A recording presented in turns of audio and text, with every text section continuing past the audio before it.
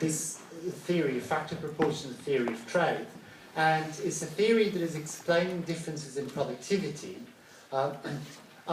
because of differences in relative factor proportions. So some countries will end up, because they have a lot of land, they will end up by being able to produce land-intensive products at lower prices. And once you open up the borders to trade, it will make sense to then export those goods. And so what you'll see is that there's a powerful result. And this is, you can see Sinner here.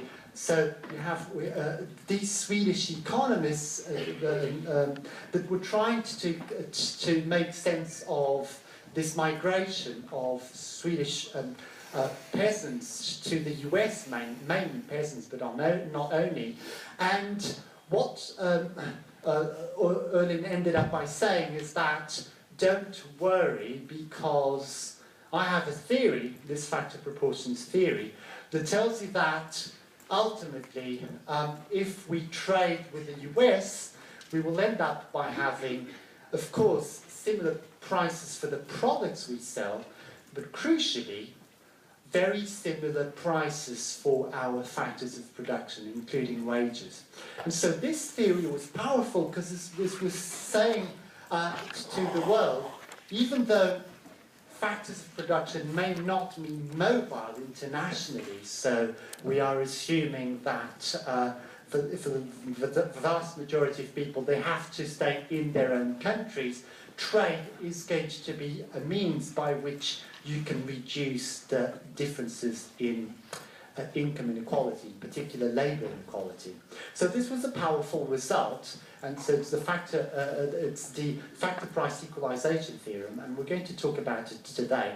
And of course, what we're going to argue is that it might make sense under certain circumstances, but once you introduce elements of reality, then it's only going to be a trend towards convergence rather than absolute equalisation. Still, it makes a lot of sense to go beyond Ricardo and think about what could be behind these different relative prices of goods. And here what we're saying is that it's not so much that, say, the Swedish economy could not use the same technology as the US, because ultimately, knowledge can obviously travel quite easily and so on. It was much more that they had different factor proportions. Yeah. So what we were doing was to develop the theory, and the theory is a very simple. The way I'm explaining it here in its most textbooks, including the Krugman textbook, is a general equilibrium model where you have two goods, two factors of production, and therefore it's all about how you're going to choose those factors of production to produce a particular quantity of each output, and how much of each good, in our case, food or cloth, you're going to be producing. Yeah? In Autarky, of course, you'll have to produce whatever you consume, and so you end up by choosing a point on your production possibility frontier that is tangent to your indifference curve. Once you have trades, you'll see people will tend to specialise in one of the goods. Are you coming from MTB? No. Oh, right. You just late. Okay. Right, so this is what we had done last week. And remember, what we're saying here is that it makes sense for save on the fact that it has become more expensive. So this is the relative wage, or the wage rental, or the rental price of labour. And what we're saying here is that if that relative wage increases, then the factor of production labour has become relatively more expensive compared to capital.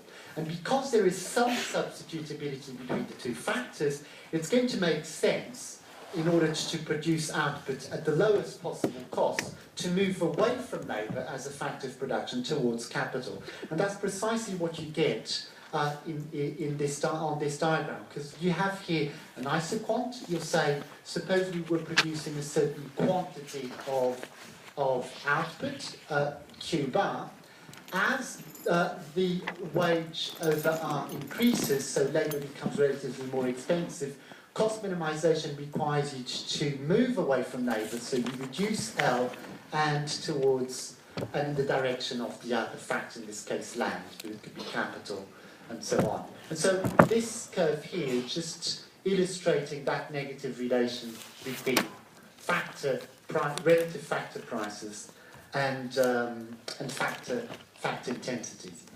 Okay, and now we're going to be introducing the reason for trade. And the basic reason for trade is not, as with Ricardo, that some guys will have be using different technologies than others, and so they're going to be different relative productivities. Here the difference is that there's going to be different proportions of the key factors of production in the economy.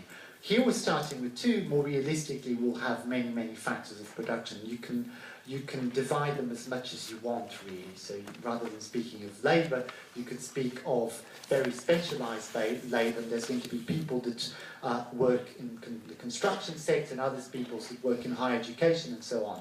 But with the 2-factor model, the only thing that we need to specify is how much labour compared to the other factor, in this case land. Remember the T is for terre, French, or terrain.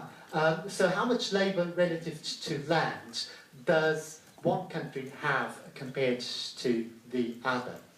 So before we do that, we need to, we're going to talk about factor intensity at the level of the industry. So this is true for each, this is going to be true for each country. And what we're saying here is that, quite plausibly, given that food is going to be sort of the primary product and cloth is going to be an industry, we're saying that food is going to require relatively more land than cloth, because food is primary product, and so it requires the key primary factor of production, which is land. Yeah, and so but the way we define it is very precise. Is to say we're going to say that food is land intensive if at any given prices, and so relative prices here are what matters in terms of cost minimization and profit maximization.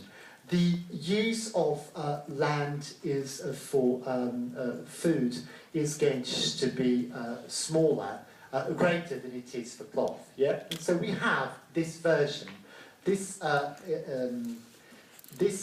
assumption is captured by this diagram here. So what we're saying is that for a given W over R, so remember the slope, this is cost minimization, in this case of a certain quantity of food, this is cost minimization to produce a certain quantity of cloth. For a given W over R, which is given by this slope of this line here, we're going to be using relatively more labour for cloth and relatively more land for food. Yeah, and so as you can see, this is what's captured by this diagram here. For any given W over R, food, because it's going to be land intensive, so it's going to be using more T over L than cloth. Yeah.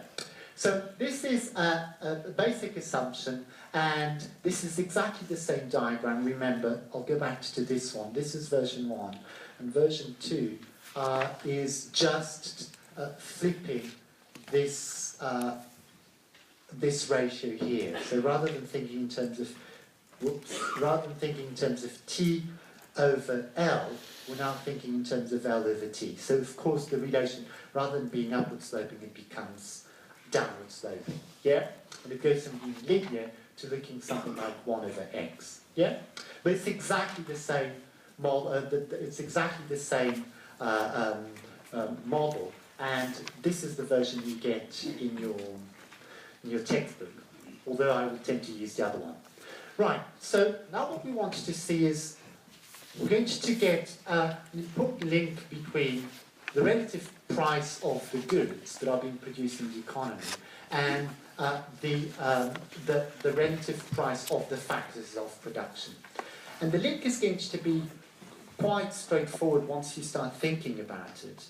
what we're saying here is that there's going to be one product, cloth, that tends to use relatively more labour than the other product, right? And so it means that for any given prices of factors, you will tend to use more of one factor. So, of course, every time the price of one factor increases, the reaction in the two industries is going to be different. In one industry that uses a lot of labour, an increase in the wage ends up by hurting more. So the incentive to substitute is obviously going to be greater, but ultimately, because under perfect competition, prices will reflect costs. An increase in the cost of labour will end up by hurting the costs and hence the prices more of the labour-intensive industry. So in this case, because cloth is going to be using relatively more labour, every time the price of labour increases, that's going to have a greater impact on its costs compared to the food industry, and hence prices that will reflect costs will also have to increase more. So what you'll get is a one-to-one relation between the cost of the factors of production, the relative factor price, and the relative price of the goods. Yeah? So let's see how this is derived. This is very simple introductory micros I told you last week. So in each industry, the firm maximizes static profits, so we assume no adjustment costs, and so you're able to achieve this equality at in every period. So this is, remember, nothing but the value of the marginal product of labour in the cloth industry.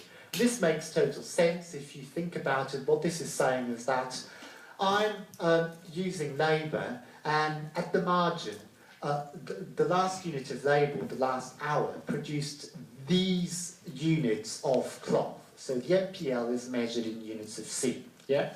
And each unit of cloth is being, I'm a competitive firm, so I'm a price taker. Each of these units of cloth sells for PC. So this is effectively the value of the marginal product of labour. The last worker has produced a value to the firm equal to this left-hand side of the cloth industry, yeah?